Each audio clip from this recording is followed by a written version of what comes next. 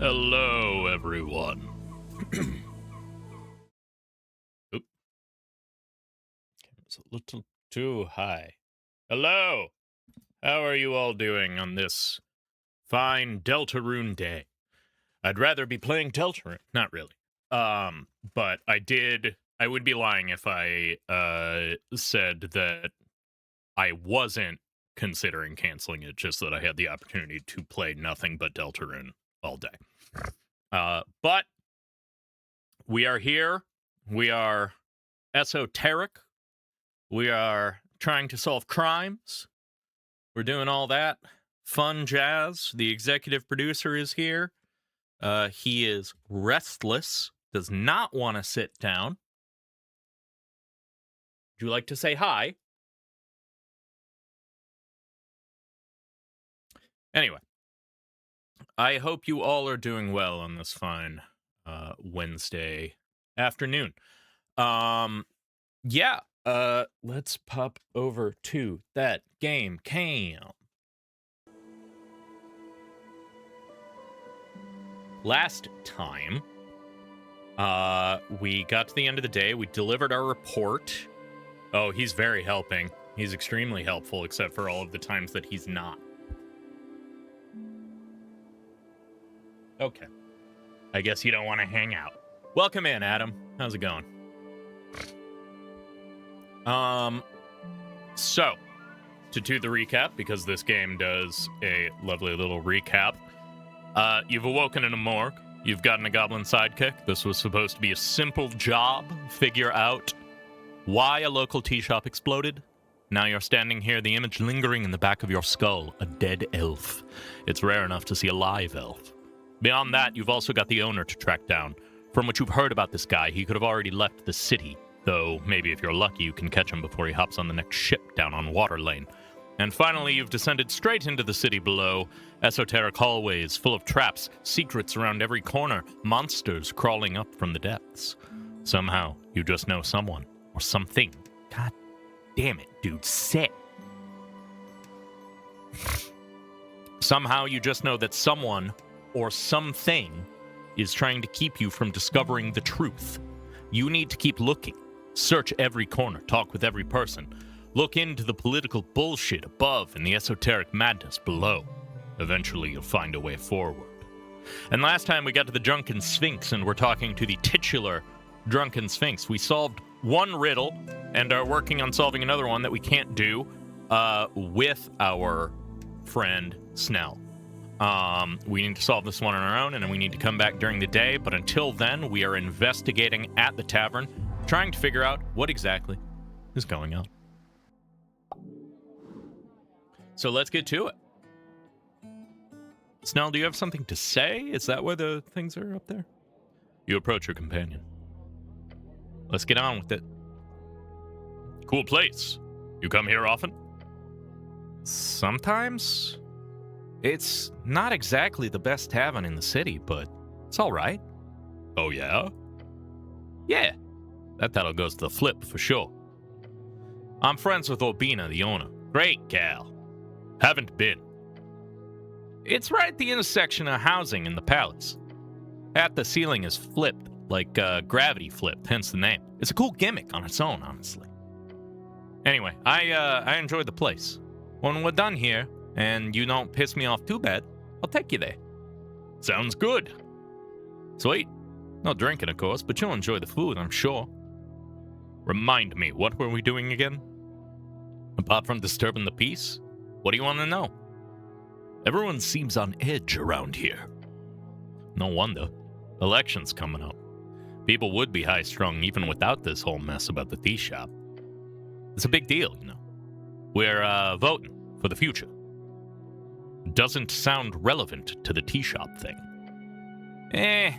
Politics is always relevant. Hell, depending on the outcome, this little operation of ours might not even be official anymore. If,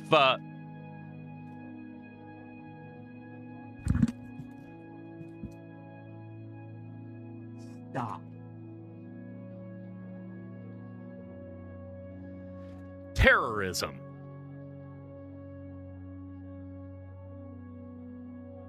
If your bosses lose, that is, then who knows what'll happen. And of course, if they choose to leave peacefully. If. You don't think they would leave power? I think it would be very optimistic to assume. If they did, that'd be neat. The first ever peaceful transfer of power in the major coastal state. First ever in history as we know it. Wouldn't that be something? He thinks it is naive and inspiring. What are you voting for? None of your business. He says it like it's his default response. He has something to hide. Fair enough.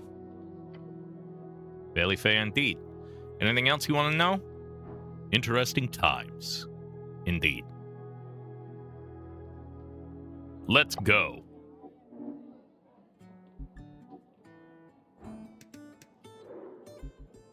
Smarter, thank you. Oh, intelligence check.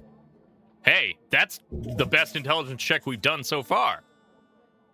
Goblin, Hill, level 1 rogue. Not so much. A crazed kleptomaniac of a goblin. He needs help. Professional help. Be careful with him. This is not a typical example of a goblin. This is extreme, a stereotype, a fable. The goblin glances at you.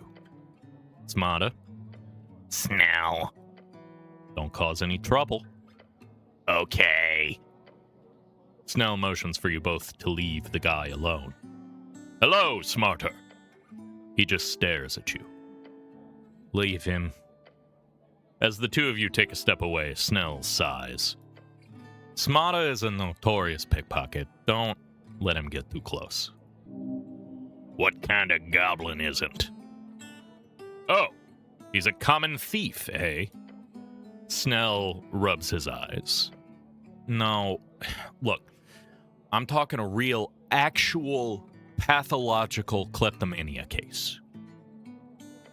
Like a can't keep his hands away from pockets type deal. Except Smarter, he fails every single time. Hurting himself in the process, too. Oh, yeah. I don't think he's ever gotten away with anything. So just be careful around him. I don't want him hurting himself again. Okay, let's not stick around then. Oh, there's a fucking jukebox? Hell yeah, dude.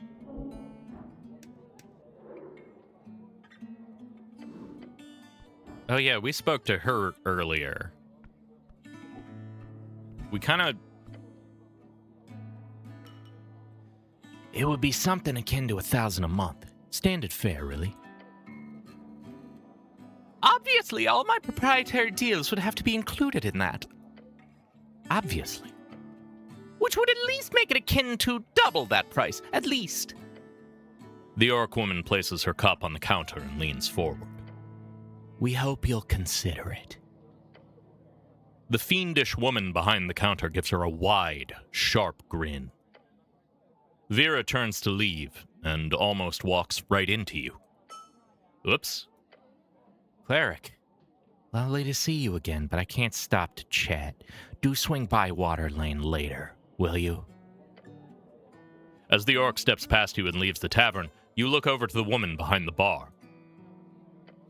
She locks eyes with you while putting away the orc's cup. Approach. Ricksbiter, local taverner.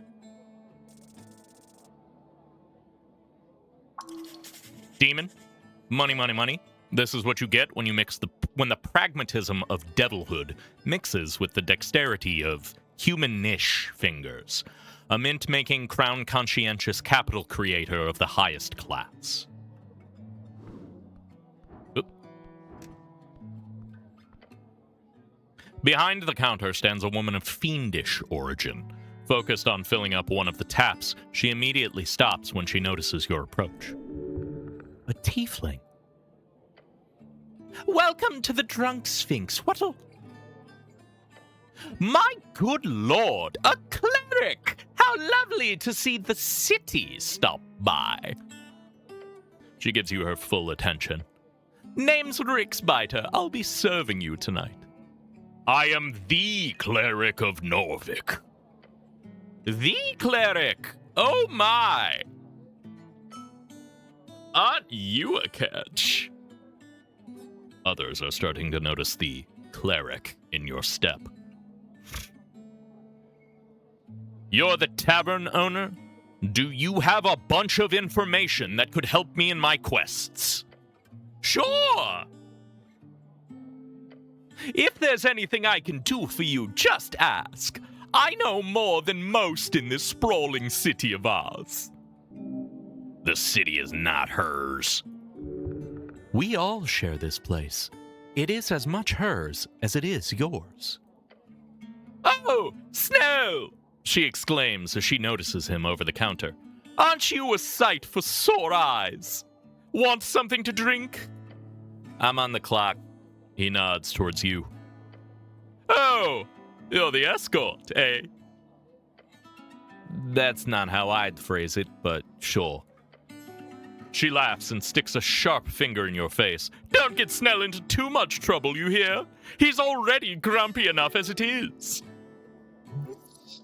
The two of them clearly share a past, in an enemies to lovers kind of way, only without the lovers part. What's up with the, gesture towards the Sphinx? That's old C's. Great gal. She's a gyno-sphinx. She's been here since, like, the early Gate era.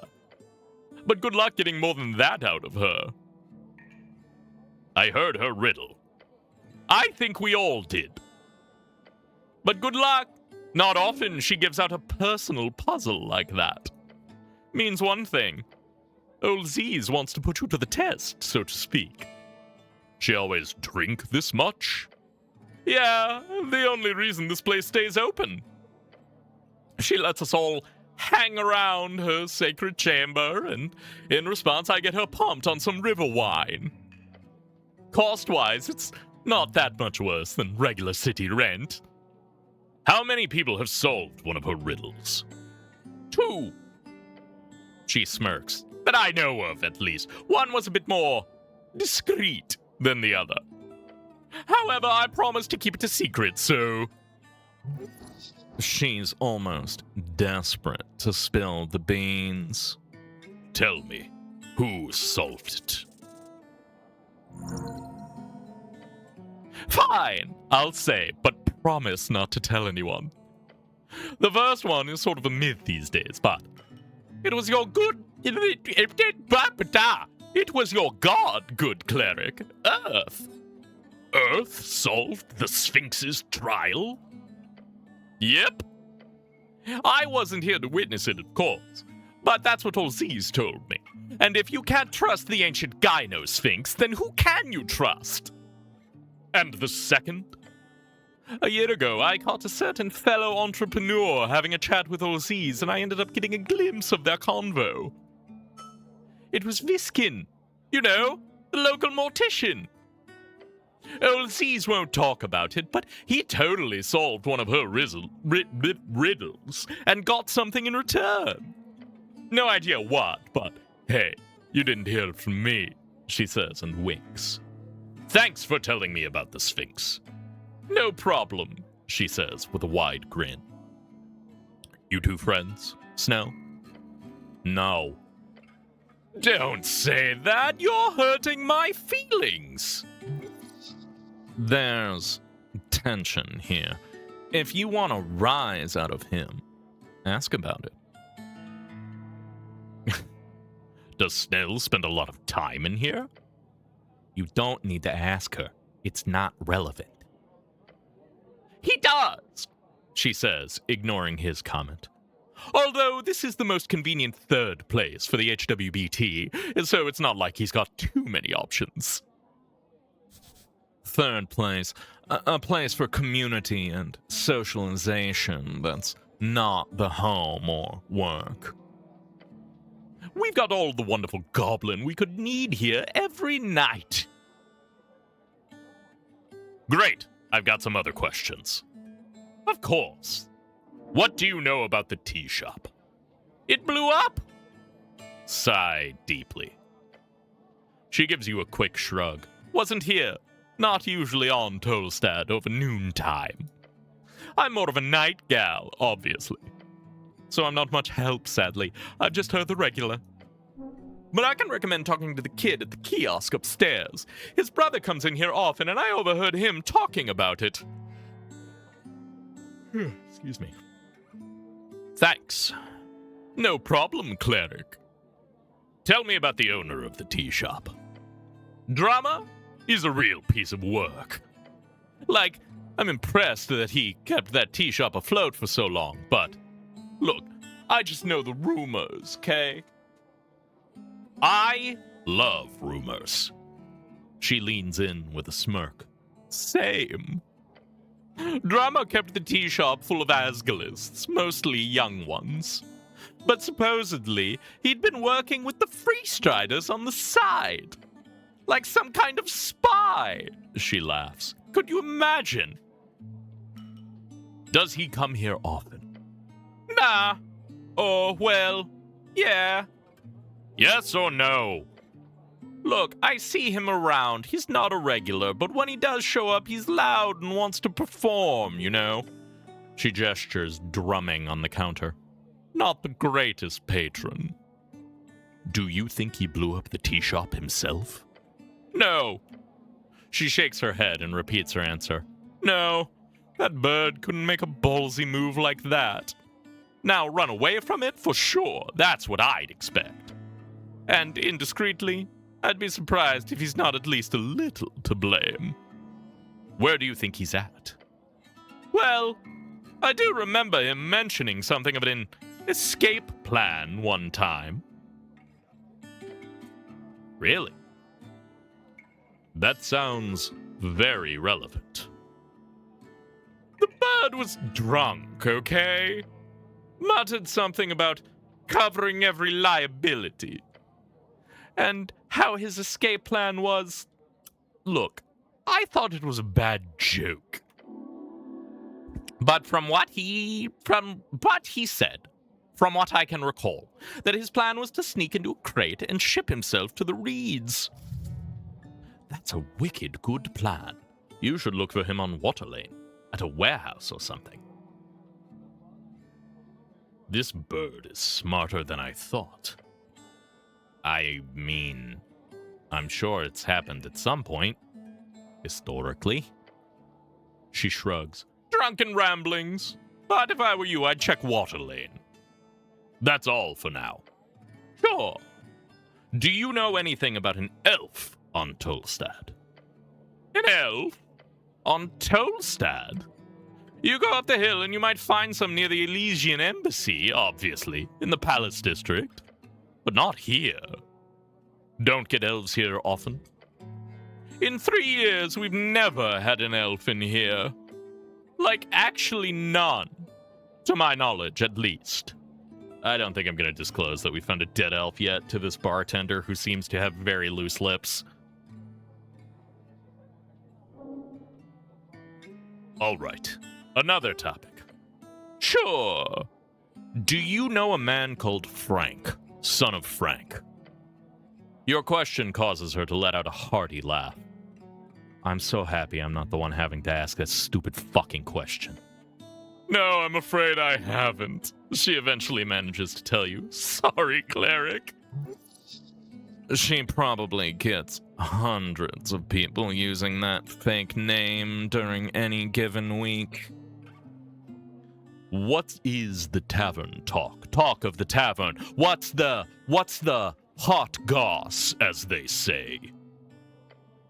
The fiendish tavern keeper suddenly stops cleaning the counter and stares at you. Excuse me? No, I'm asking, She tosses the cloth over her shoulder. You want rumors? Yes, please. Well, have you heard about the missing paladin? That's a bit of a mystery. Lord Gorm is said to have gone missing in the city below, although really it's just rumors. Lord Gorm, the last anointed paladin of Earth.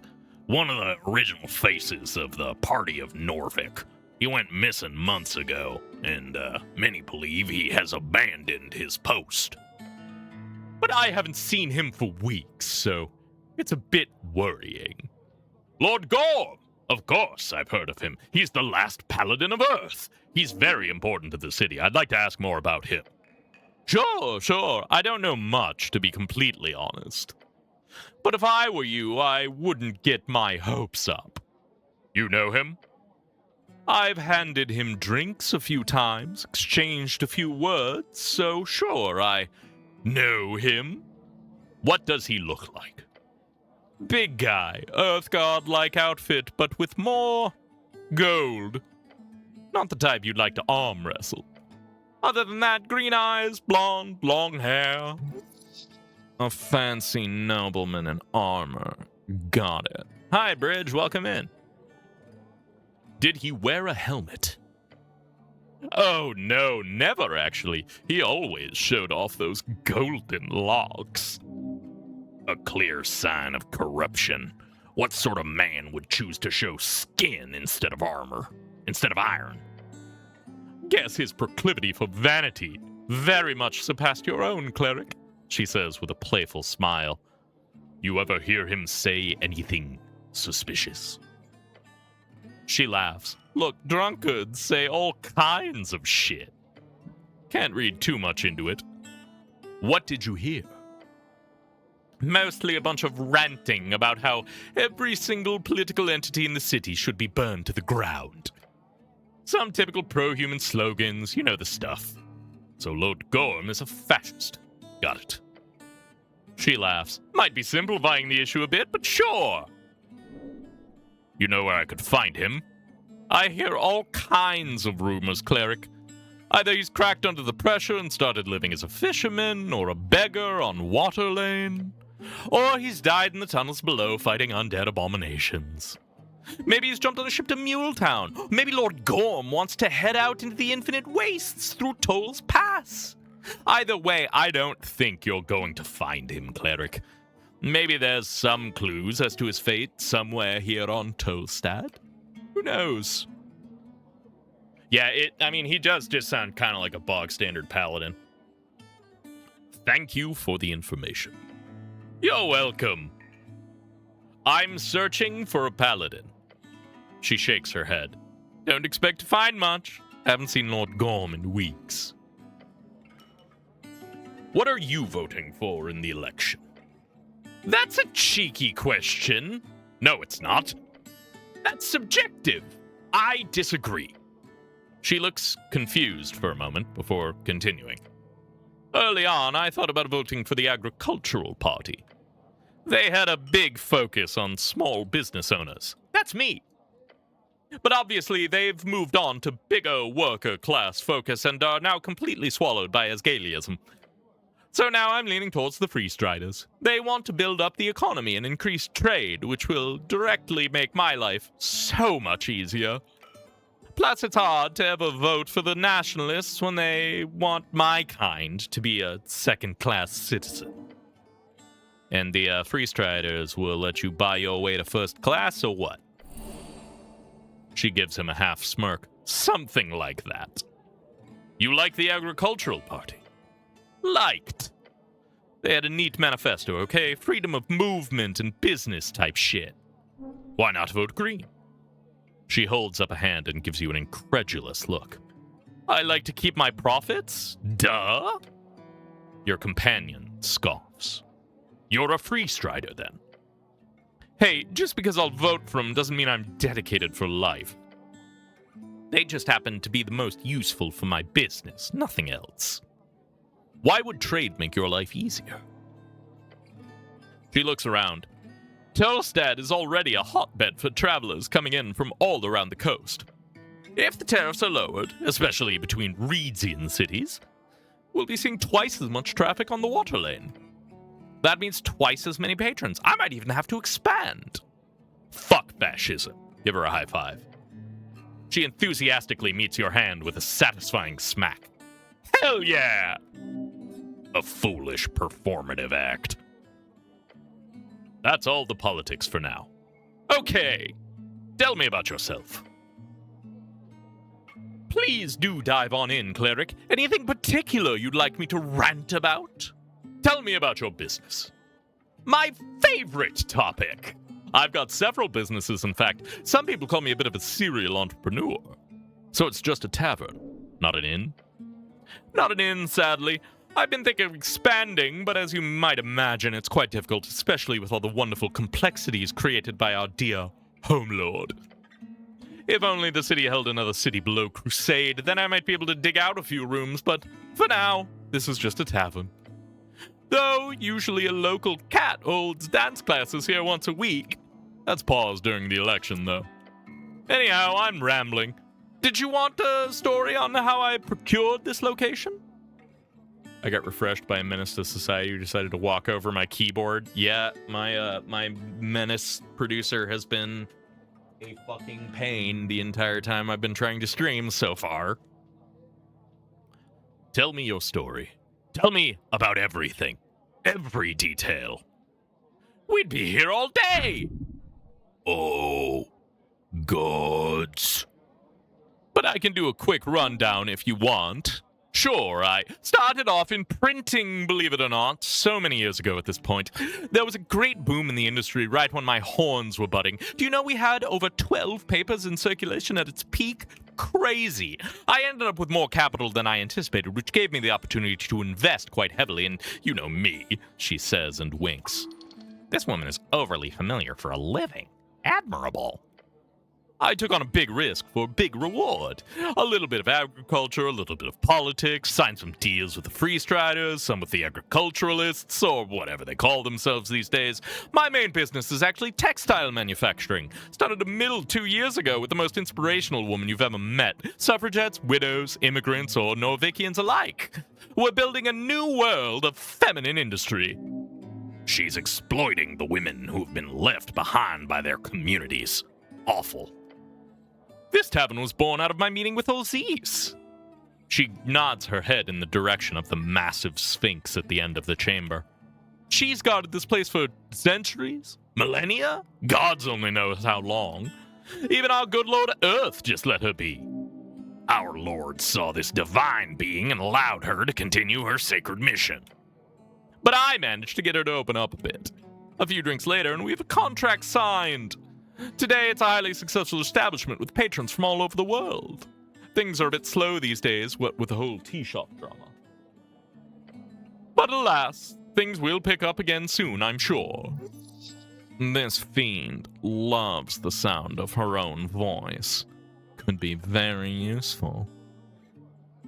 You devil, or demon fiend? No, that seems racist. How did you end up here? Long story. Oh, gods. I'll keep it short, as I'm sure you've got better things to do. Essentially, family from Heiji was born in Vorgene, raised in reeds during the worst of the revolution, left my family behind and came here to start anew.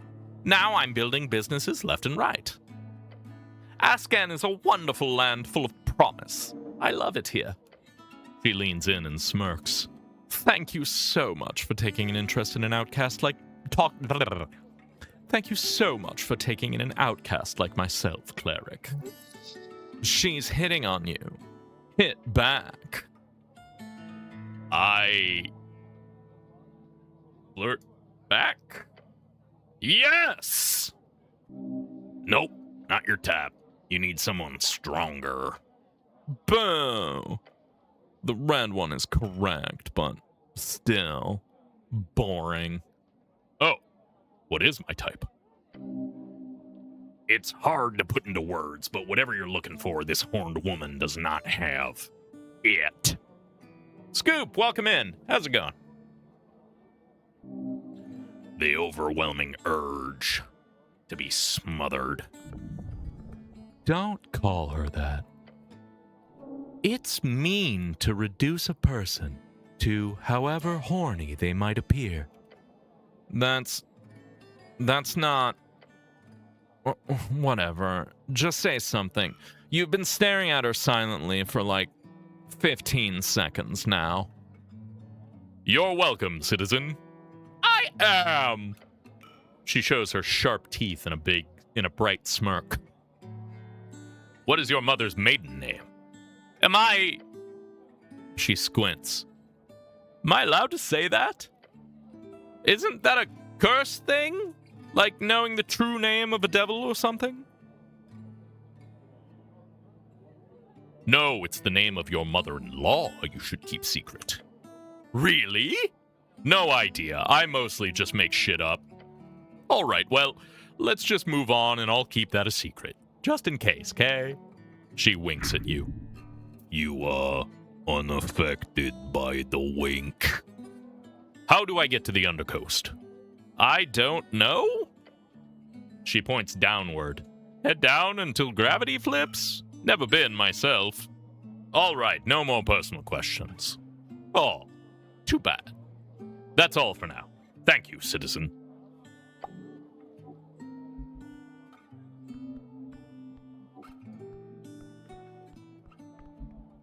Who's this guy? Oh, it's Raz, bow for hire.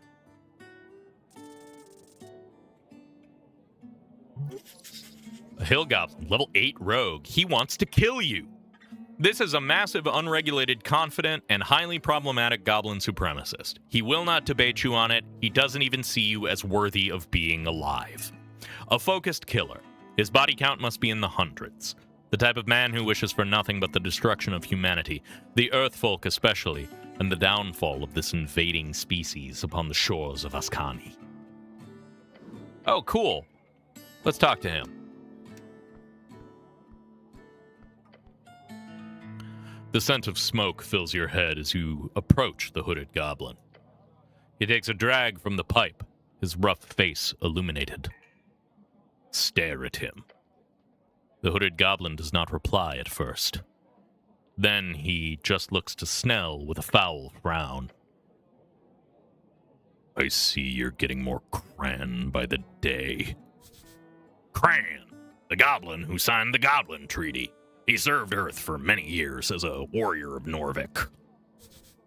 Cran, the goblin traitor.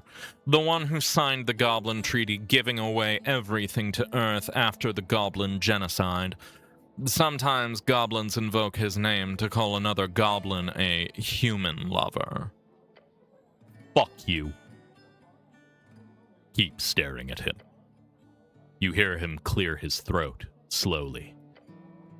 I suggest bothering someone else, human. You know this guy, Snell? Sure. That's Raz. Ignore him. He's not interesting. The hooded goblin lets out a cloud of smoke. Listen to your pet, cleric. What was that? Did you say something, Raz? Killing intent. He only scoffs at Snell's question. I feel like there's some tension here. Both of them just quietly glare at each other. What do you know about the tea shop? He doesn't know shit. The hooded goblin laughs. Need help, huh? Figured. Are you insulting me, goblin? Yeah. No, fuck off. Your companion turns to you and mutters, God, he's such a fucking cunt. Glass him! Glass him? Is that dangerous? You grab a half-filled glass from the table as the goblin watches your movements closely. That's his drink. What a powerful and manly move. Your companion gives you a careful look. He wonders what the hell you're about to do. Smash it into his face! Oh no! As you violently attempt to press the glass into the goblin's face, he reacts, swinging his cloak around, blocking your vision from its target. Before you realize, the goblin has grabbed his glass back and moved underneath your legs in one fell swoop, standing behind you. A blade pressed firmly against your inner thigh. Whoa, hold on, Raz. You failed. Now, punishment. Close your eyes and accept it. The hooded goblin slowly removes his blade and takes a sip from the glass. He picks up his pipe from the ground, taking a big drag. The coast is made of 3 folk. There are folk who wield force, the kind to break kneecaps and spirits. Then there are survivors, the folks who take beatings and pain and make it through every day despite living as prey. He leans back in the seat, blowing smoke into the air. You are the 3rd kind of folk, human. The dead. The dead kind. Exactly. He lets out a smoky scoff. Human, trust me. You are the folk type meant for slaughter. Right, extremely dramatic, both of you. He gives the hooded goblin a quick bow. But thank you for not killing the cleric, Raz. He then gives you a thumbs up. And thank you for doing that, cleric. Best thing I've seen all year. Fuck you. You grand piece of shit. Fuck you. Get the fuck out of here. I'm gonna try to glass him again.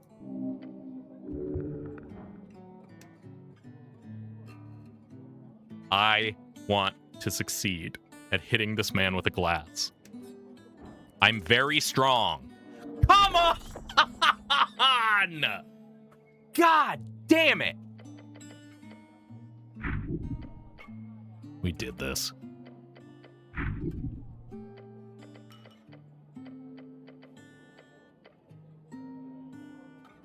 One more time. I don't know what I get out of this, but I'm bitter and spiteful. No! God damn it! That's not what I meant to do!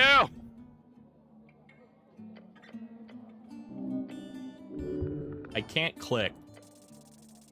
There we go.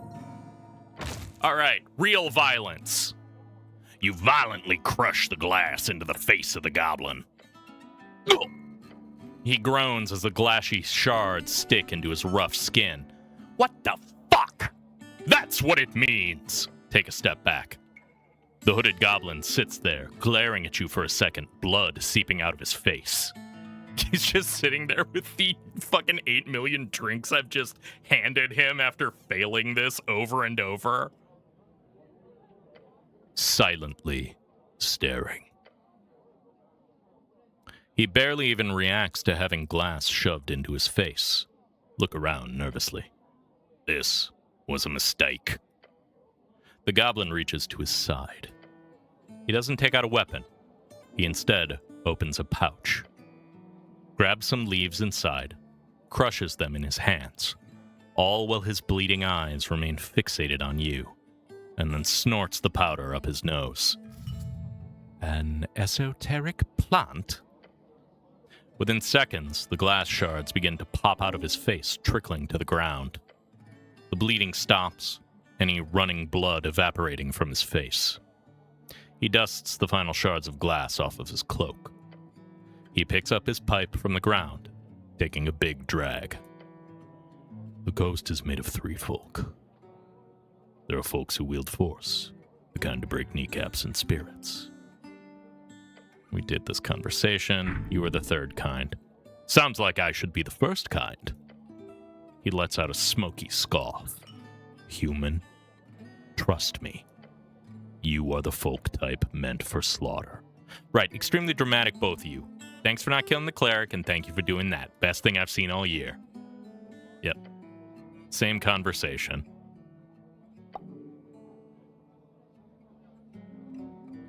I just realized I could still watch the stream while running today. Because I have to run on the treadmill due to rain. Oh, yeah. So you don't need to worry about getting hit by a car. The jukebox is disabled while Nearly is playing. Stairs up to Tolstad. Didn't she say there was like a balcony?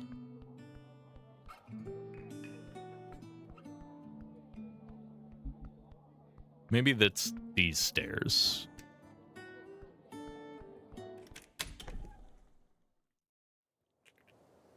Scoop, I would very much prefer you not to get hit by a car. So, I'm glad that you're taking precautions to not be hit by cars. An entity. Highly uninteresting. Apple. Eat the apples, apple boy!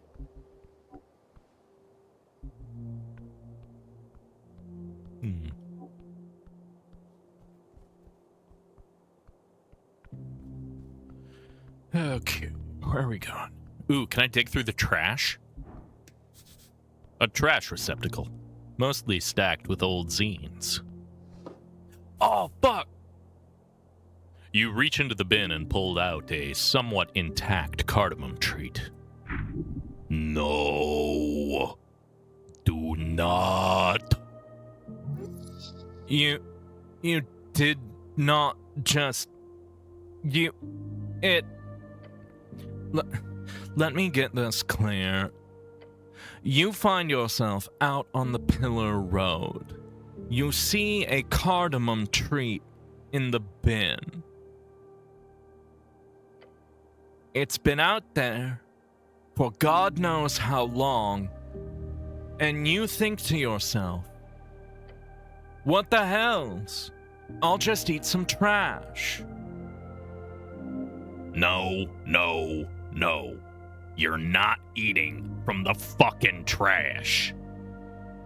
It's done, and you're too late. Hold up your prize and smile. Listen, man, maybe you don't know exactly what's going on here in this world of ours, but you don't need to lower yourself this way. Correct. A man does not consume garbage. Unless it's very tasty garbage. Tanking stuff is great, but you can't just tank a half-eating pastry out of the trash, man. The goblin glares at you. Rationalize eating trash. And how are you going to do that exactly?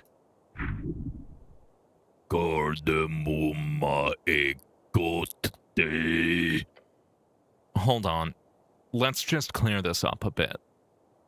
The cleric would not survive that. Alternatively, it's possible that the cleric would be hardy enough to survive the sand pest. This cardamom tree, was it in the garbage or above the garbage? Adjacent? Adjacent to garbage is still garbage. A man does not consume garbage. Not with that attitude. Exactly, Adam. You get it. Will I ever recover from this? Sorry to say, but you've officially crossed the line dividing man from bum. You are now a bum. Go enjoy your tasty cardamom treat.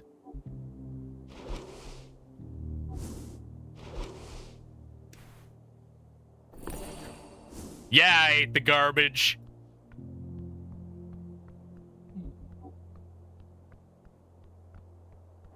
Did I touch this pillar?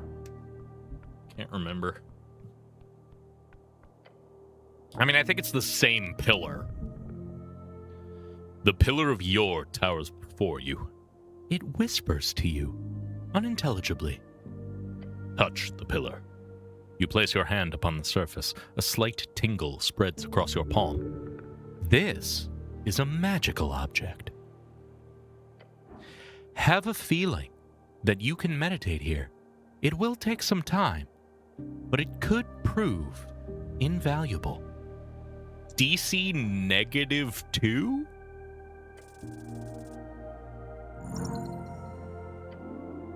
You close your eyes. You shape your mind into an arrow, shooting it out at the towards the esoteric force. Find the rhythm to yours realm. Hear his voice. The cold rock of the pillar turns warm in your palm. You've marked it with your spirit. What? Marked it? What? You're unsure, but you feel like there are more spots you need to investigate. Feel warm and deep. It goes deep down and far up. Open your eyes. Move on. You lift your hand from the surface and you are able to see normally once again. But you feel like you've learned something. You must keep looking. Soon the pillar's secret will be revealed. You understand plainly. There is more to this pillar that you need to investigate. In time, and further below. I gotta find a place to sleep.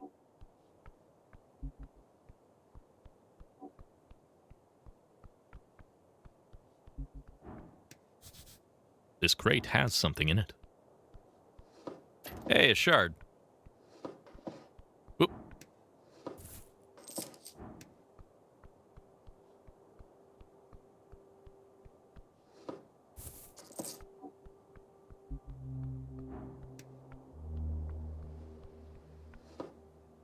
Oily instructions?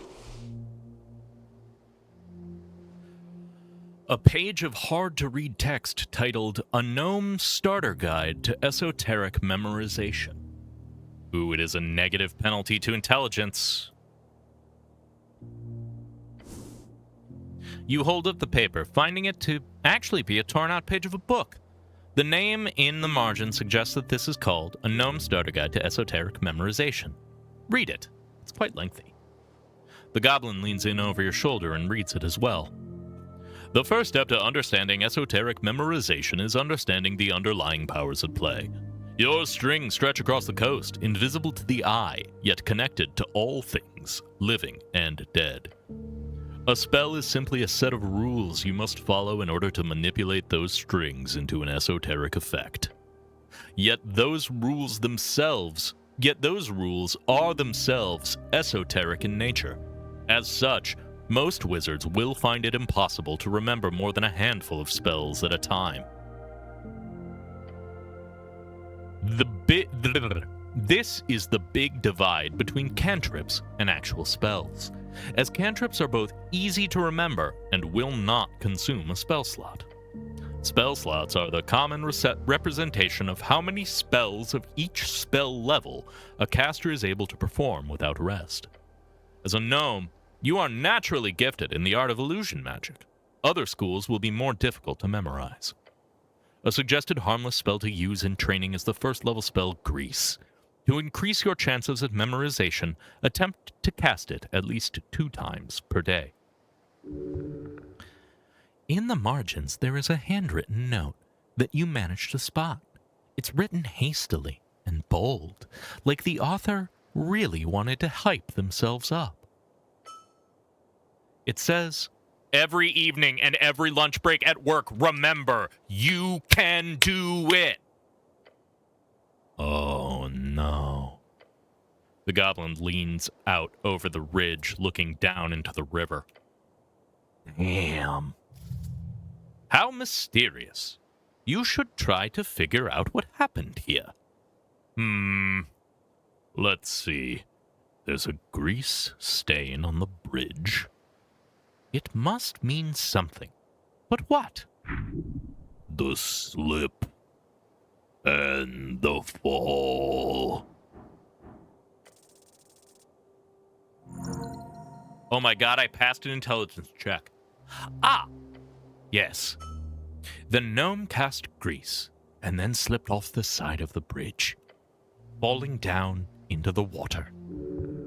Yes, that was quite obvious. Intensely dangerous. Learn the spell. You quickly memorize the piece of paper. That's something at least. Okay. Immediately time. Oh, it's a text, I see.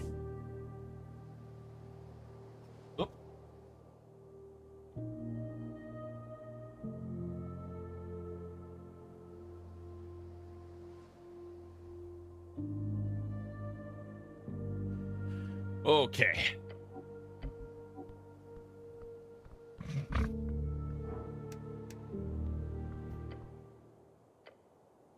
Where do I sleep tonight? I don't know, cleric. All right, we did.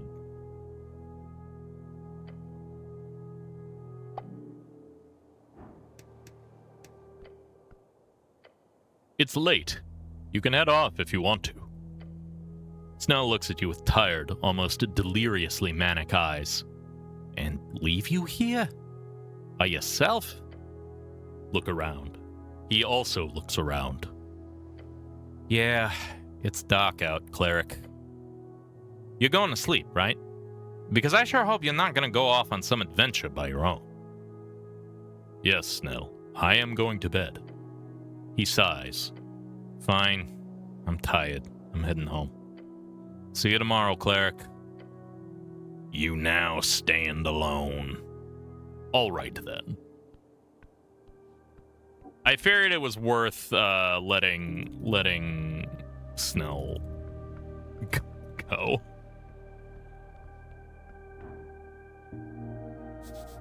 The Great Perch of Norvik. Maybe I can sleep in the Temple of Earth. That's my god, right?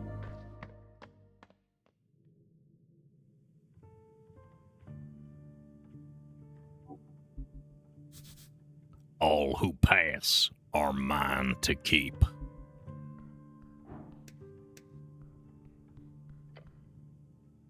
You see a bunch of scattered boxes and iron poles. The election is looming.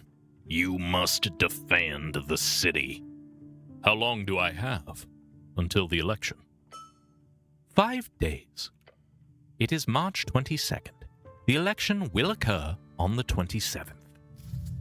Which is 120 hours, to be precise. It super isn't. Cool. Leave.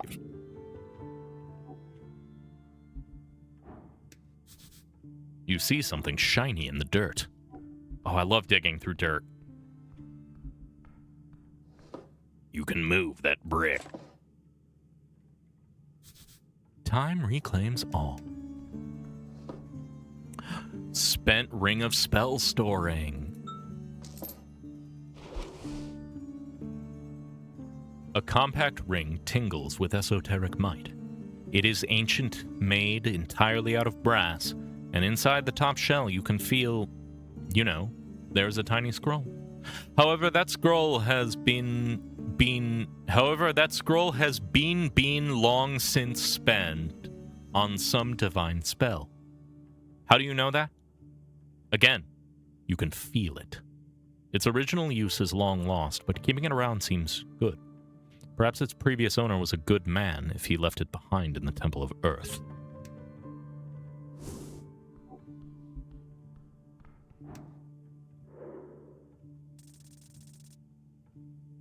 The Duck. Undead.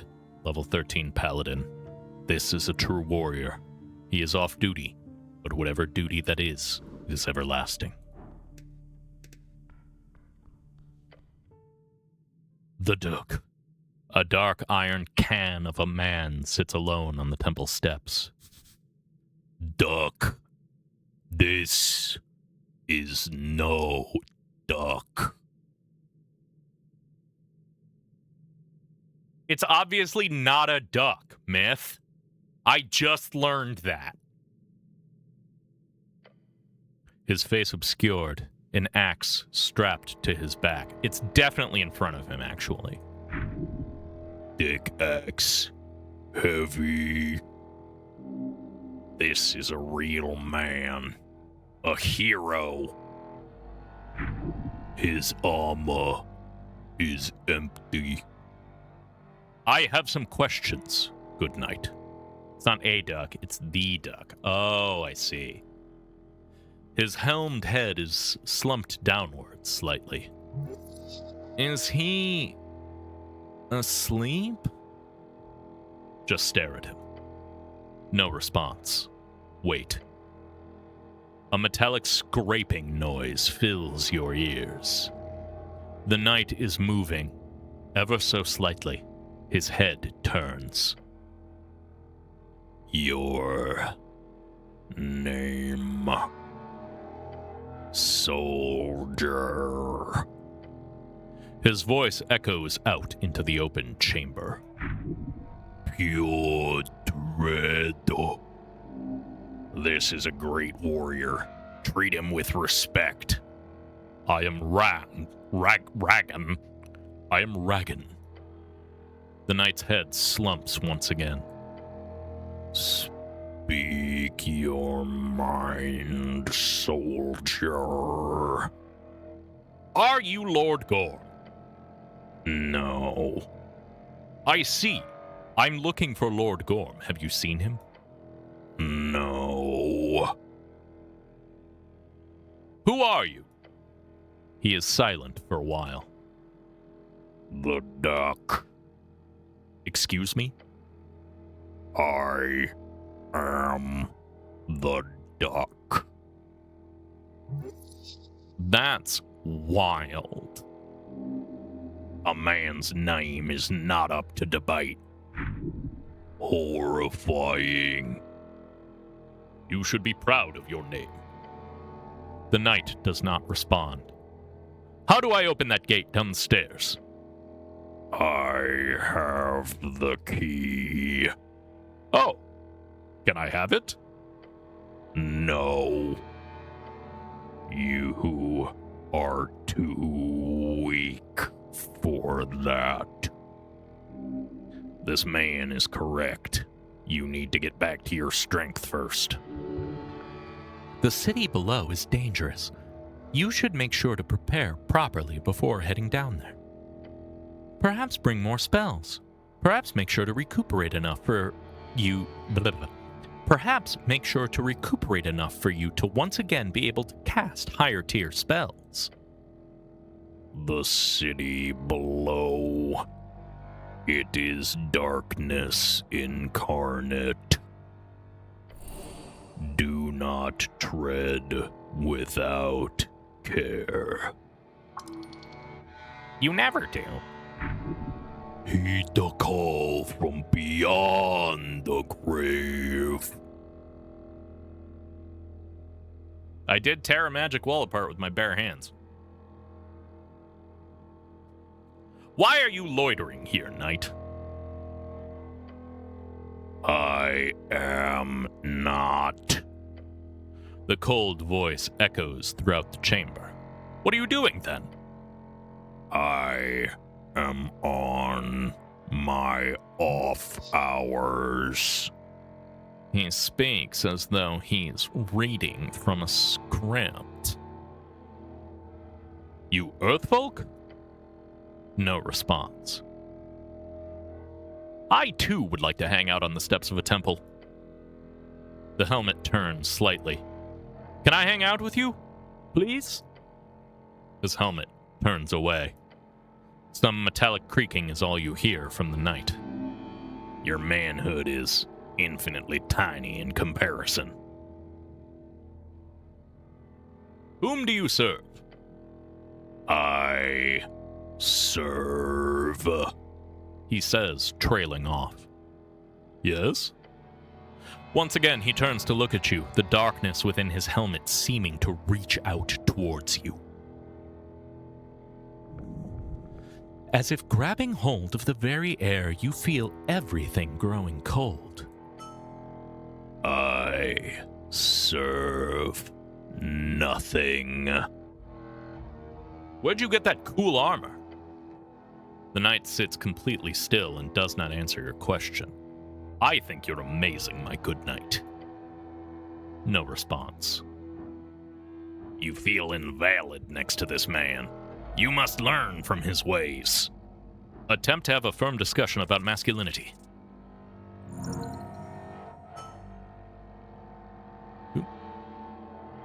He just sits there, ready for a good talk.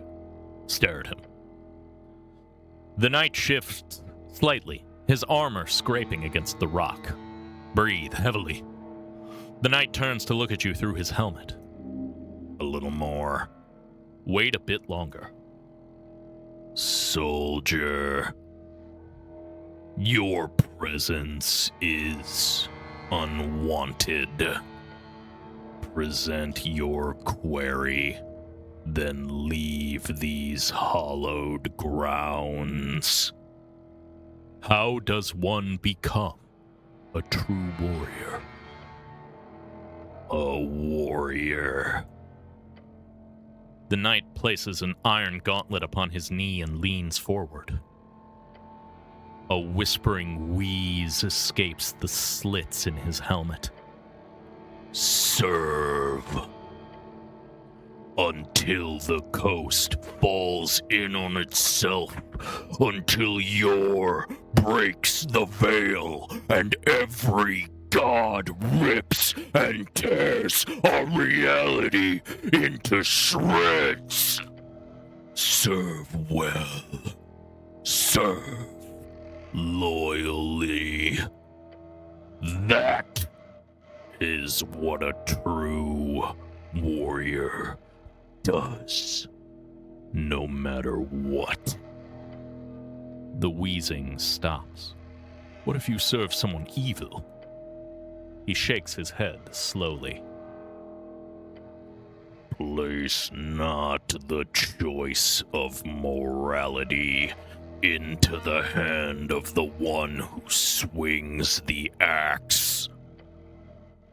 Truth of alignment lies entirely with your God, soldier. Do not forget that. He lifts his hand and clenches it. Wait, who do you serve again? Viskin. He moves his head towards you. No. That is not. Viskin? The Mortician? With a sudden force, the Dark Knight slams his axe into the ground. Darkness creeps through the hall. Within you. Do not speak of that, soldier. Why? Is it a secret? He returns to his still position. Do not. The knight is now waiting for another question. Lucky you. He didn't kill you. What do you know about the tea shop? Not much. He'll talk? Why? It's not like you can threaten him exactly. Where were you at noon on the 21st? Below. Okay. Below. Can you elaborate? The walls shook in the crypts. I was on patrol. I was not in position to perceive any misdoings. The city below is endless, and most of it stands unexplored to this day. Wait, what are you patrolling for? He is silent and still for a moment. I have my purpose, as do you, soldier. Do not pry too deep. Are you threatening me? He places an iron hand on his knee, waiting for the next question. That is a firm yet gentle reminder that he could crush you in an instant. Well then. Did you see anything suspicious before the explosion? No. You sure? The knight nods slowly. Do you have any piece of info that would help me? Maybe a man dressed in yellow? He goes silent for a while. A man passed through the halls below. Civilians do not pass there. past the crypt entrance, through the goblin's domain, into the southern caverns. A man. Dark hair, silk clothes, headwear, dressed in yellow. Sounds like a Reedsian nobility merchant type. What's past the crypts? The roots of the goblin's tree. Then more tunnels. The southern tunnels. Then the sewers. How do I get there? There are paths. Most are trapped. Once you get there, the alligator might know more. His grounds are near. Alligator? His rage is endless. His appetite growing. Do not anger him. The knight looks down, waiting for your next question. How do I get to the city below? He pauses as if thinking about your question.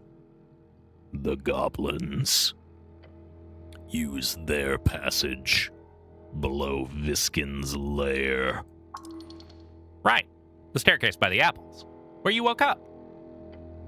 That is the safest path. So basically dive deep like some spelunker. Yes.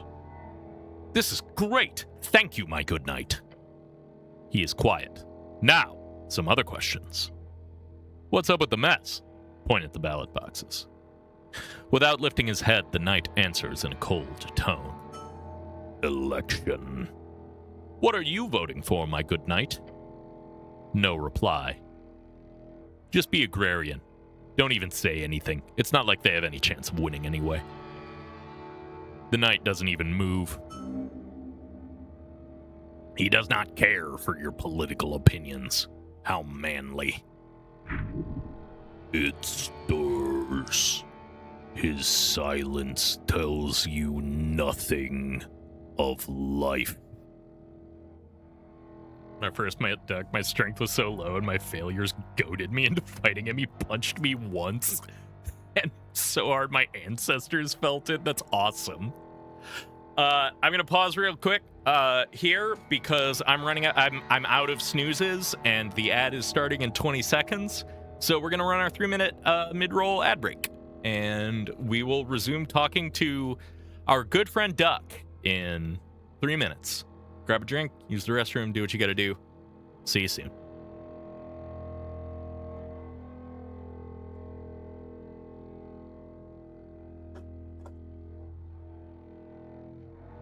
Oh, my legs are stiff.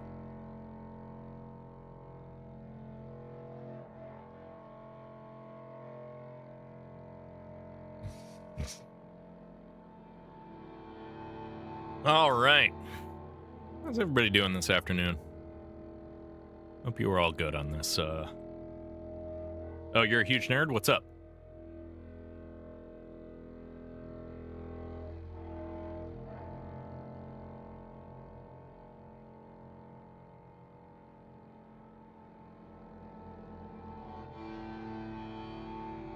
How can I help your nerdery?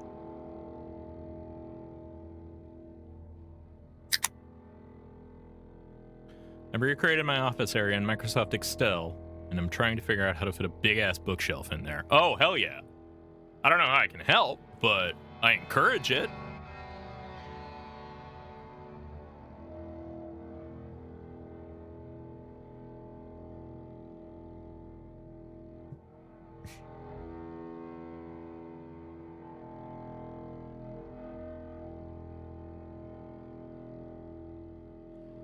One day, when I have more space and more of a,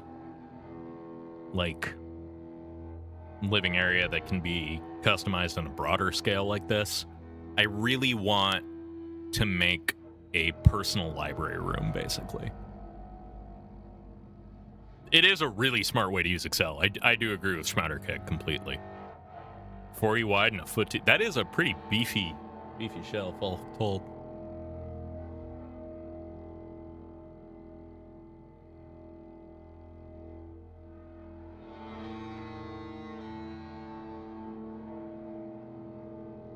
"72 inches tall? That's how tall I am."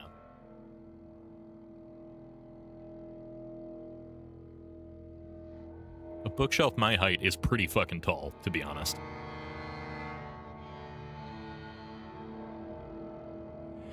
That is a big bookshelf.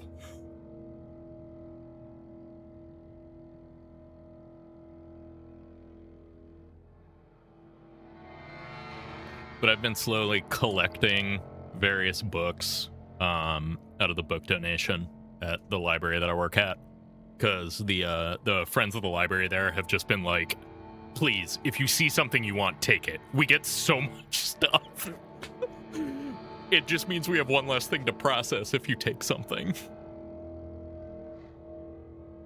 So I got a really cool new annotated collection, annotated and illustrated collection of H.P. Lovecraft works, which is really cool, I think. It's just like this big fucking tome thing, and it's got like a bunch of sidebar columns that have like annotations on them, illustrations, indexes, and shit like that. It's just a really cool little artifact that I like having. And I think collecting cool books like that would be a lot of fun. Anyway, we're back. Yeah, I'll post a photo of it in Discord for you after I'm done with my stream, Bridge, if you're curious.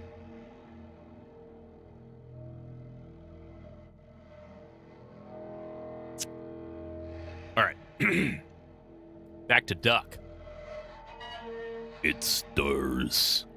His silence tells you nothing of life, nor the humanish experience." Ah, so this is where it's being held. No reply. Other questions? Citizen? Shelf going back there will probably have my sewing and gaming books for my From Software shrine. Oh, hell yeah.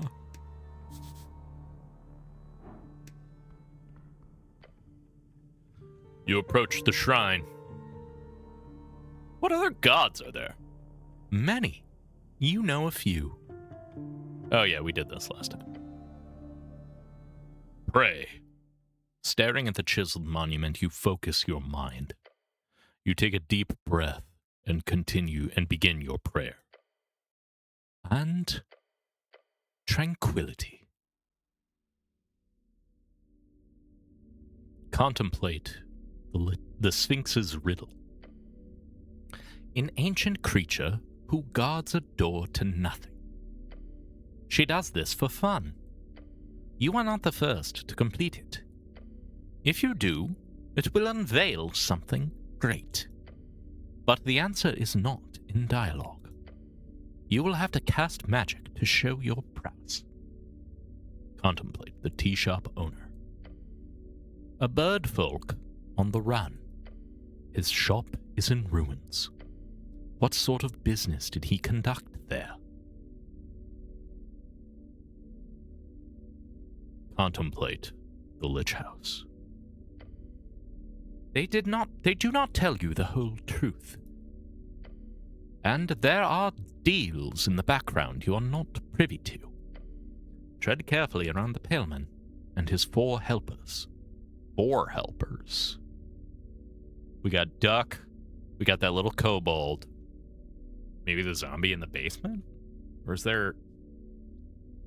Who are the other 2?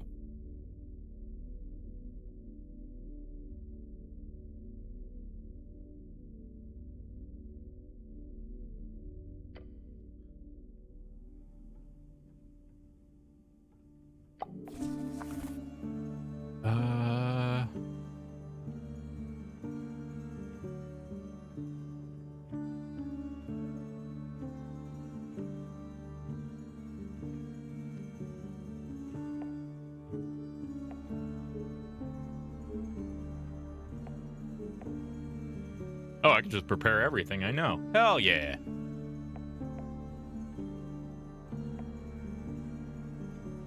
Beautiful. A grand wooden carving of Earth, father of Norvik. You stare at the wondrous wood carving. A depiction of Earth at his greatest. A true man. However, you also notice the message carved into the base of the art piece. It says, Goblon was here. Heresy! What kind of ingrate would defile a sacred object? Goblon was here. Vandalization. Terrible to see. If you'd been here, you would have stopped it, surely. Either way, you must become stronger. To stop this disintegration of society from spreading. What do I know about him? Goblon is an artist. He's technically wanted in most districts. But no one even knows if he's real. Might be a dozen little guys running around with paint and carving tools. Oh, Goblin Banksy! I should try to remove that message. You should. It's only right for the cleric to clean up such a mess. You should be worried about the work involved here. You'd have to take that carving knife by the candles and... Can the Yellow One be trusted with this important mission? Your faith needs to be strong. Does this really have to be a sleight of hand thing? Can't I use the power of my faith or something? What are you gonna do, close your eyes and pray? If you want to clean this old wooden thing, you gotta handle it carefully. No.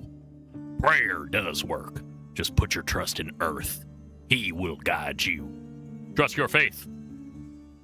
Yes. Perhaps you can.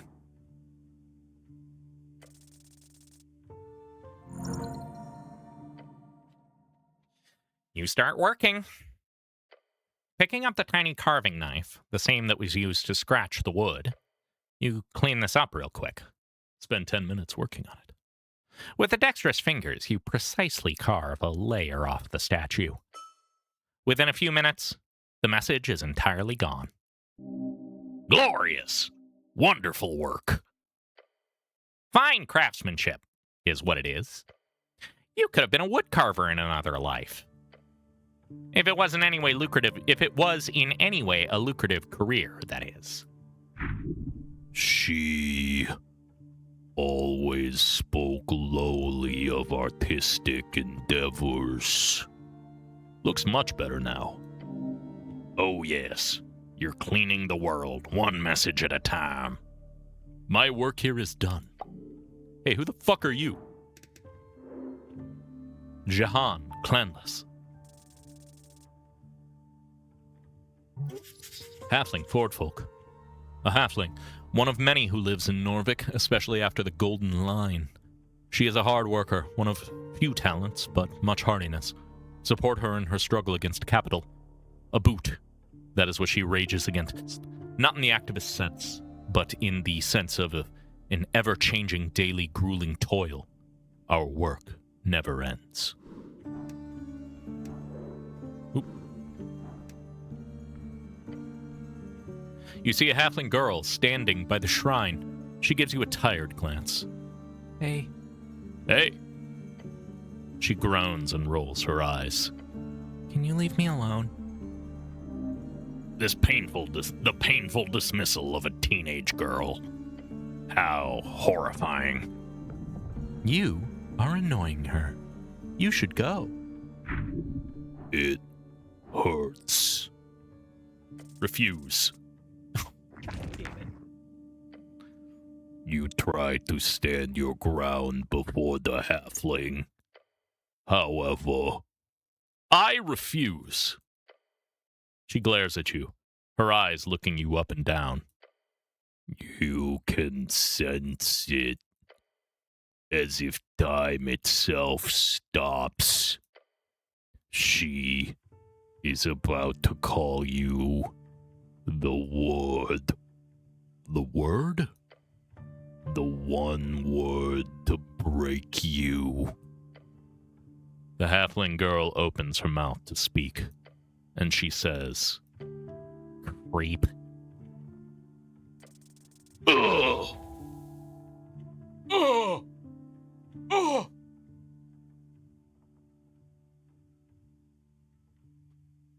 Almost faint. She just stares at you. Run away. Leave. Now. I just have some questions first. Ugh. Fine. Stay or go. I don't care. Translation. Fuck off. I care a lot. Who are you waiting for? I'm not waiting for anyone. So you're just hanging out here? At night? By yourself? She glares at you. That sounds pretty sad, not gonna lie. Screw you! Her rage almost makes her growl at you. I'm waiting for my boyfriend, okay? And when he gets here, he's gonna kick your ass. I'm so scared. Is that sarcasm? Good. Excuse me, I was being sarcastic. She stomps her foot into the hard stone. Go! Oh no, I'd better run. Hey, where'd Duck go? Well, that didn't find me a place to sleep.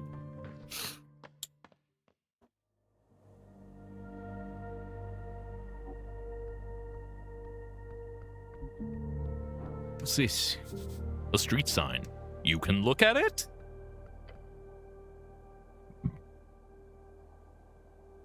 The wooden boards have faintly glowing lettering on them. Floating just an inch off the surface, the names of several locations are spelled out. A common type of magical ink creates permanent messages on any surface. Until dispelled, of course. Duck had to go back on shift. This appears to be the more advanced kind. With a magic mouth-like ability, it can react to your commands and reshape temporarily. The sixth message, however, is only painted into the plank. Which way is Goblin Garden? The painted letters on the plank do not reshape into a guided message.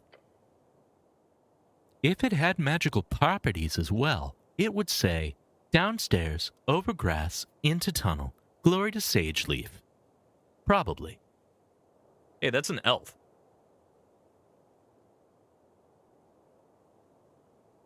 Which way is Pillar Road? Down the temple steps. Just following the, massive pillar rising endlessly into the sky, and you'll find Pillar Road pretty easily. Which way is Darrow House? The words reshape for a moment. Up the temple slope and the golden stairs. Ancestral home of the Darrows, one of the most influential noble families in Norvik. Which way is Tolstad Center? Up the temple slope and through Toll's route. You do not have time to take a stroll around the entirety of Tolstad. Focus! Which way is Tolstad Field? Down the temple steps, across the circle square. Which way is Water Lane View? Down the temple steps, across the circle square, through the garden tunnel, over the pillar crossing. Takes a while to get there. Most commuters take one of the wood bridges. Good sign. Who's that loitering on the tea shop?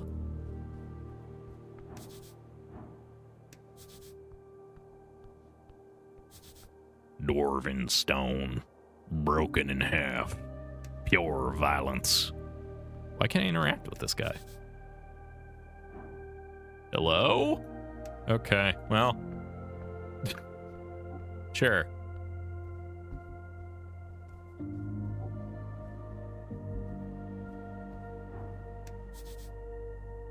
West, Toll's Route. North, Darrow House.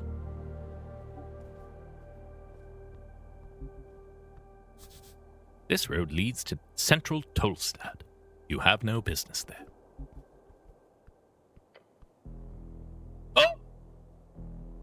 You hear footsteps coming from behind. Tendrils of the depth. What? An ambush? Your body tenses. Do not falter!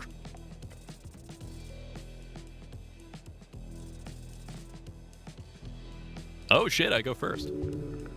Alone. They were waiting for Snell to leave. You've got the upper hand. Adrenaline pumping! Let's go!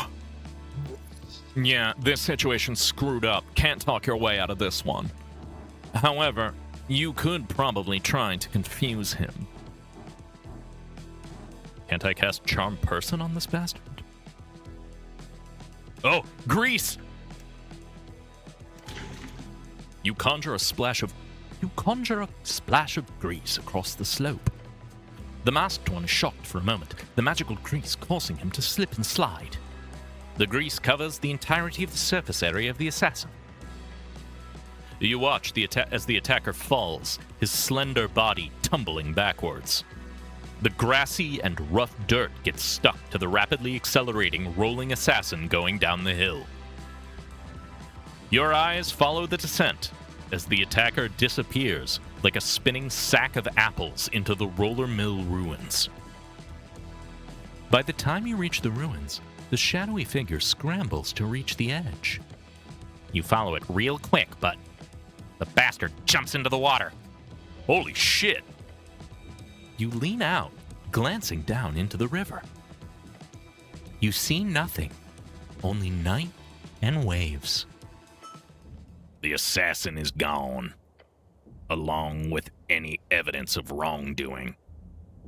Catch your breath. How horrific. Someone's really trying to kill you. The fact that there is, for sure, an assassin out for your life is pretty bad.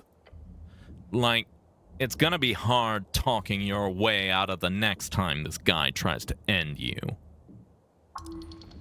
You can't let him get the upper hand like this. You gotta be alert. Like, faster.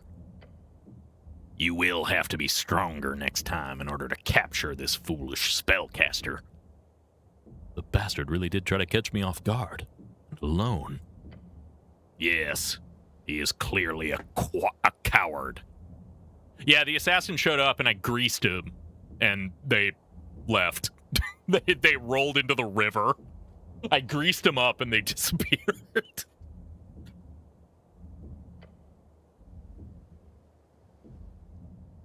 Not that the goblin would be able to do much, of course. You miss Snell. This has to be connected with the tea shop, right? Of course it is. How could it not be? Just break his damn neck next time. Mystery solved. I'll get him next time. You sure will. Good attitude. Let's not stay here. Time to go.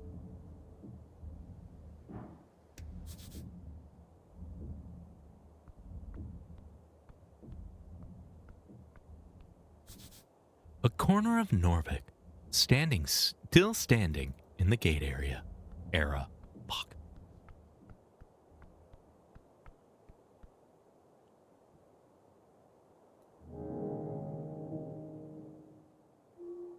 Oh, we have some things to internalize. We have a thing to internalize.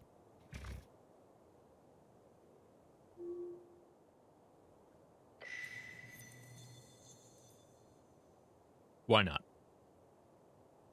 Hey! You've been doing great work out there. I'm assuming this is about the asking people about the election thing. Hells yeah! You know what that makes you?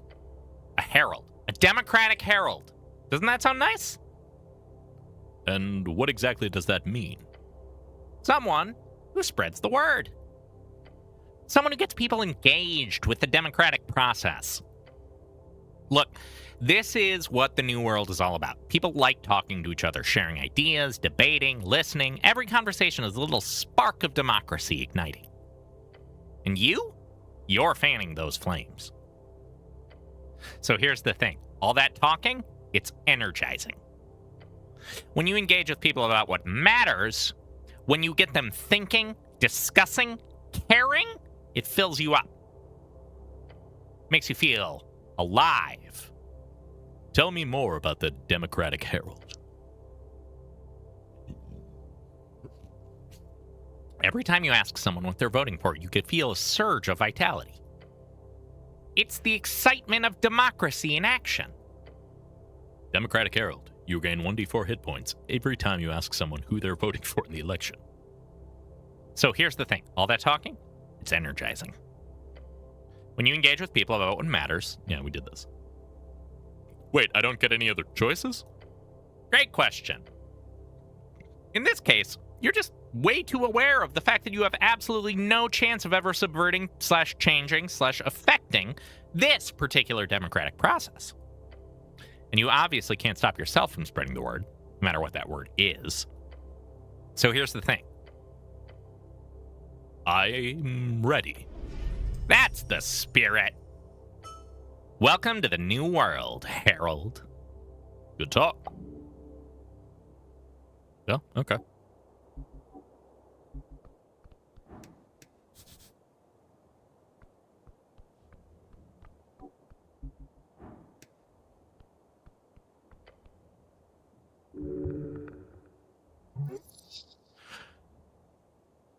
I thought we did this. Yeah.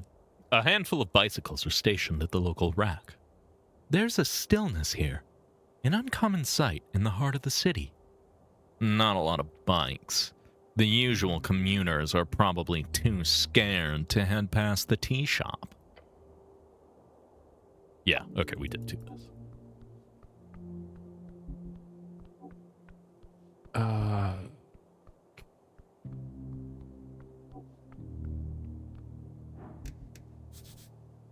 In Norvik, a pipe like this could lead anywhere. Cat! Wait, cat!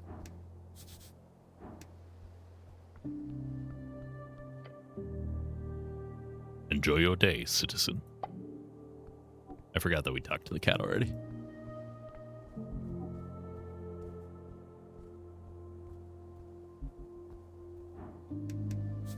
Huh. Up in the air, 10 feet or so over the moonlit grassy field, you peer at the outline of a bubble. It sits fixed, wobbling by the push of some unknown force, clearly not affected by wind or anything else material. A portal to another realm. Look closer. It is still forming. If you really want to find out what kind of pocket it'll be, you'll probably have to waste some time here. But that could be neat. Could be a chance to impress the goblin. Turn him even more into your loyal follower. Or something akin. Your past experience tells you an approximate time. 1 hour. In 1 hour, it will form into something solid. I should make sure this doesn't turn into a major issue. Yes, it is your duty. Actually, this time. This shit's even mentioned in your contract. Spend 1 hour to stake it out. Late night hours. Real fun time to stay out on Tolstad. A cool ocean gust. Come far from yours point. Entering your helm. Leaving your face numb. This is the kind of night heroes are created. The kind when dark forces emerge from the chasms to be beaten back by the bellowing horns of the light. If someone finds out you didn't deal with this pocket and it turns into like a 4-star lava biome or something, you're screwed. And you might be able to wiggle your way out of that trouble, but really, considering how many people know you're here on this specific piece of Tolstad right now for the investigation?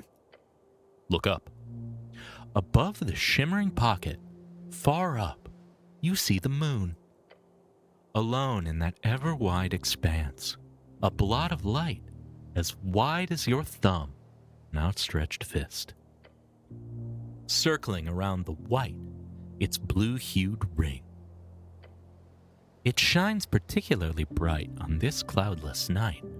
Even this grassy field, the roof of the garden, which holds no glowstone nor everlasting flame, is so brightly illuminated that you have no trouble seeing each individual dewy blade of grass as you plant yourself on top of them. This spot, this is where you will wait. Stare at the pocket. Isn't there a saying about this? Something about not staring at esoteric pockets? Close your eyes. Maybe fall asleep. Cold, rigid, wet, hard. Despite this, your body screams for rest. Do I even have a say in this? No! As time passes before and beyond, at this point, all this, an instant for the man in the eternal pool. A man? What man? Nevermind. A distraction. A tingle. Growing. Awaken. It is forming. It has become. The pocket expands into view. Inside you see creatures with arms and legs. They look like tiny potatoes with limbs.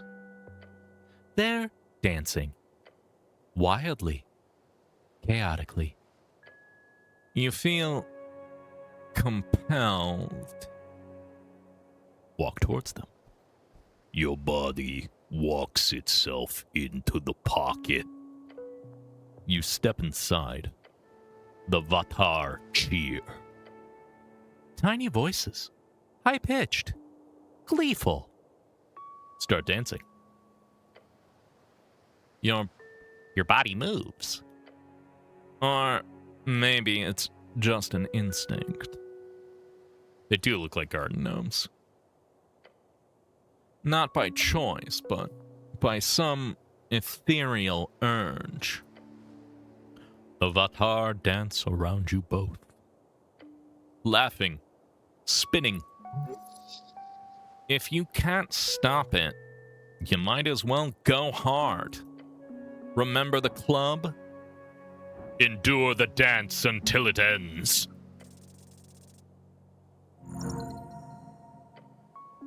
You dance, and dance, and dance. Hours pass. Uh-oh. The Vatar eventually grow bored. They vanish. The pocket fades.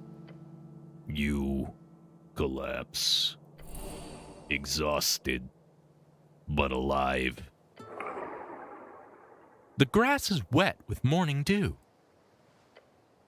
You lie there, breathing hard. Get up.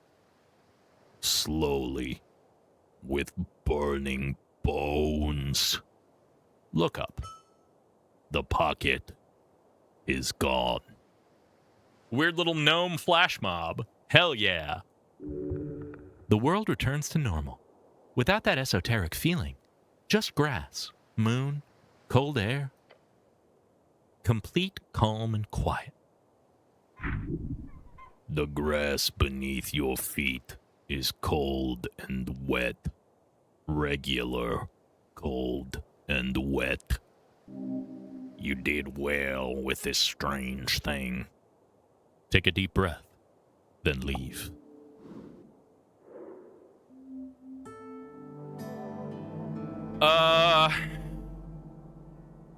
Well, I have 6 levels of exhaustion now, and I don't know how to fix that because I cannot fucking for the life of me figure out where I live.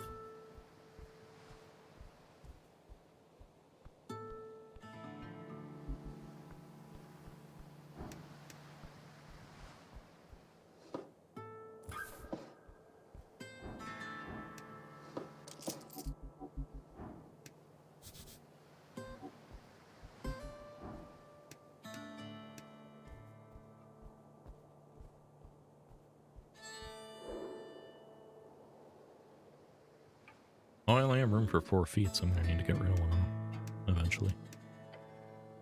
You look down at the pipe. Crawl inside. Now. You went out dancing, got tired, couldn't find your house. Typical night at the club. Yeah. I do want to know where I live, Myth, if you have an opportunity. If you had a smaller companion, you would be able to ask them to crawl in the pipe. Perhaps. Try and enter the pipe. You get down on your knees in the dirt and put your helmed face into the entrance of the pipe. You should pipe yourself. Now. You can't seem to get further without immense force. You can do that. Just press harder. Enter the hole. Grease, grease, grease. You say the words. It causes the entire surface of the inside of the pipe to get very slick. Very glidey. This'll go terrible.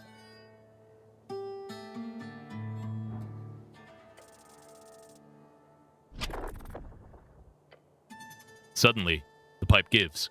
You hit a flowing rush of ice-cold water as it funnels you forward, then down, then... Everything is cold and strangely familiar. Your drenched uniform clings to your flesh, and the red rock of Tolstad. You are alive. You realize where you are, or at the very least, an approximation. Right below the entrance to the Goblin Garden. You're lucky. If you'd gotten swept out to sea, you'd be, well, dead, for one. Like, completely DIP'd. I need to get out of here. In this area, north up the stairs, gotta talk to your boss. Oh, is that... So, Darrow or whatever? I saw Darrow House, I just assumed that that wasn't where I lived. Only one way up. Shit. You see a silhouette of a goblin up on the ledge. Hey! You're lucky, cleric! You hear Snell yell from the ledge. One of the lookouts noticed you floating out there. So I got here as fast as I could. I'm assuming you were just fucking around?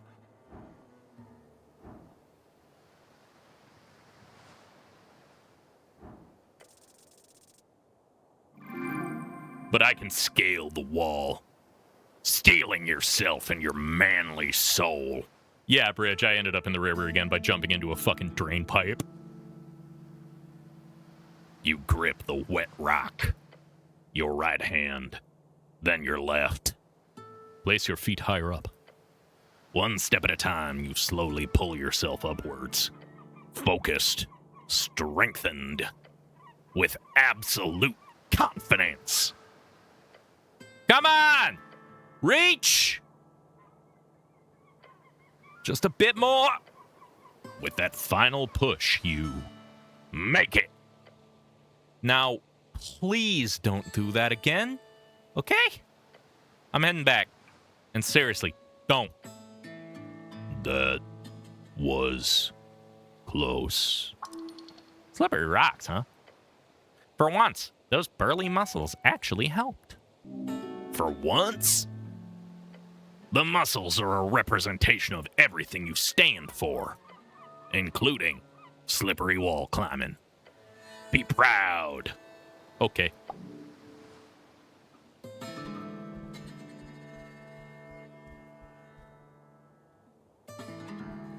All right, we desperately need sleep. It'll probably be our final task for the day.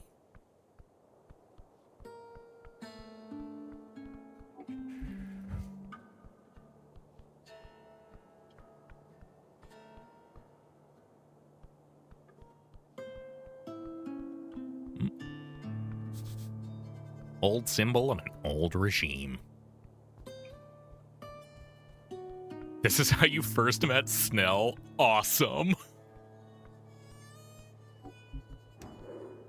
Etir, city sworn angel. Cold, stern, glorious. In the Coin Lord's garden, you encounter a porcelain specter. Her armor glimmers, her very presence blinding you. She floats gently in the air, strangely unaffected by the river winds. Stare at her. The creature does not turn to face you. Instead, her many eyes simply pivot their gaze. Arcane cleric, she echoes, of the palace, script house, and Earthguard. The flowers of the Coin Lord's garden dance beneath her, slaves to her beauty. This is the one. The Valkyrie. Keep her safe. You? Keep her safe? She'll wreck you, buddy. Beware. Regan. She now lifts her chin. Then she opens her mouth to speak in a projected, cold tone. Etir. She says her name like a declaration of existence. Not really an introduction, more of a checklist of etiquette. As she states her name, you realize her mouth is not moving. Telepathic communication. That's a nice name. She does not respond. Speaking with this ethereal creature is unnerving. Whatever you do, don't mention the eyes. Oh, you're feeling something here, all right. Something fierce. You could shake her up with a nice comment. Yes, stand tall. Tell her how you feel. That is what a man would do. Radiant fire within. The angel must be appeased. I wish I wasn't exhausted. But I'm still gonna try. Tell her what you think of her many eyes. Damn. By one. The words formulate in your mind and get quickly tangled. The pressure. Her eyes are so freaky. Reach out to touch them. Your muscles strain by sheer fear. You cannot begin to reach such divinity. After a short pause, the angel appears to lift her head. Lupik. The word cuts harsh. The word cuts harsh through your bellows. Be careful now. Cut to the chase.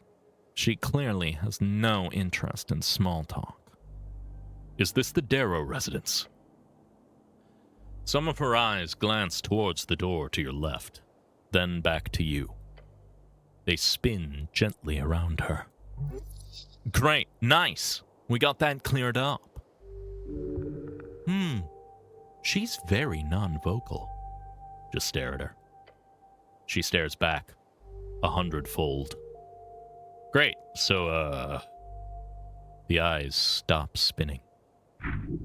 She is a messenger of divinity, overwhelming to the senses. I need to speak with Darrow. Slowly, the angel turns her face towards you for the first time. Oh gods, you're a dead man.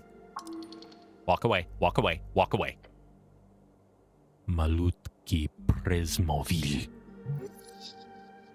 She is mocking you. For sure. Why is everyone in this damn district mocking you? You're the cleric. They should treat you with respect.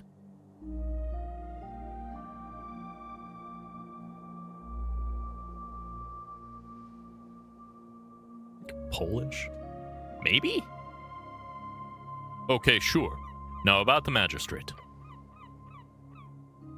Coin Lord Darrow is busy. I'm here on city business, and I need to speak with him. She hands you a rusty key along with a note. The Coin Lord did wish to speak with you last night. Since you were unavailable, he insisted. He instead sends a message.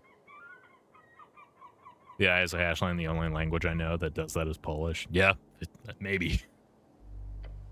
I don't know if it's supposed to be that or just a random fantasy language. He says, remember your duty. Follow the official line of the city. And serve the goblins well, without compromising our position. That's vague and confusing. The angel only stares at you with many eyes. Then she turns and floats away, leaving you behind on the top of the Tolstad. Look at the key in your hand. It is a key to the guard tower, the one in front of you. Look at the note in your other hand. It only says cardamom poison. This will allow you entrance to the tea shop. Good. Passphrase. No one would speak ill of that wonderful spice. But I already made it inside the tea shop? This would have made the process much easier. Right. Entrance to the old guard tower. But first, apples. A truly ancient piece of history, propped up as a garden decoration.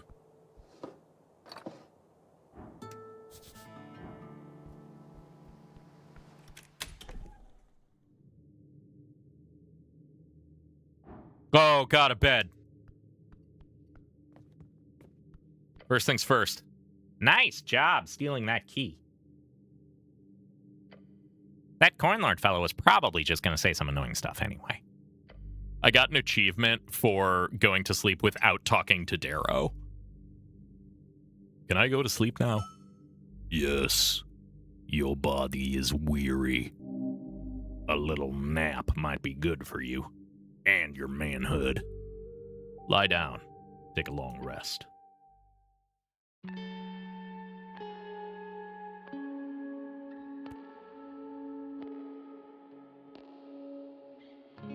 You lay down on your bedroll, finding sleeping difficult. As you stir, you think about your quest, the star witness, the man in yellow. Frank, son of Frank. It might just be a dead end, though you've got a distinct feeling that he's lurking somewhere below. Then, there's the question of the elf. This was supposed to be a simple job, no casualties, no pressure, just some angry goblins and a ruined tea shop. Now it appears to be anything but. So many loose threads. But don't worry, you've got time. You still need to locate the tea shop owner. It's time to delve deeper, past the below, among its many secrets. Some path has to go deeper. Before you know 8 hours have passed, you successfully complete your long rest.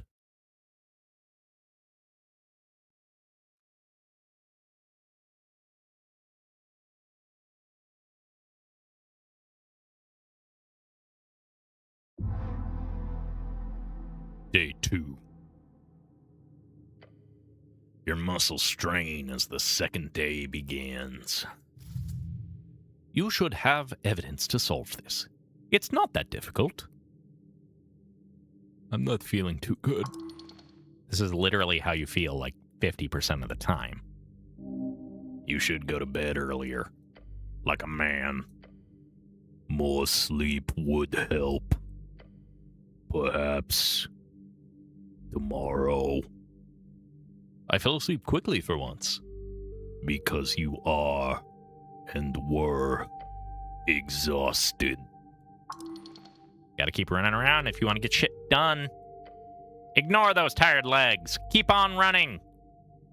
I have the weirdest dreams. Do you? Fragments, whispers, a voice that isn't yours. New city, new tower, new bedroll, newish. You'll be a little scatterbrained. It is what it is. Some say dreams are the mortal mind's way of receiving divinations. But that's bullshit. Just don't think about it, okay? Question. Who cares if I actually complete this mission or not? Your patriarch, for one. There are rumors that the Law Lord is putting a lot of pressure on your superiors. If you cause trouble, if you don't handle this, there will be trouble. Even more so than last time. Start your day.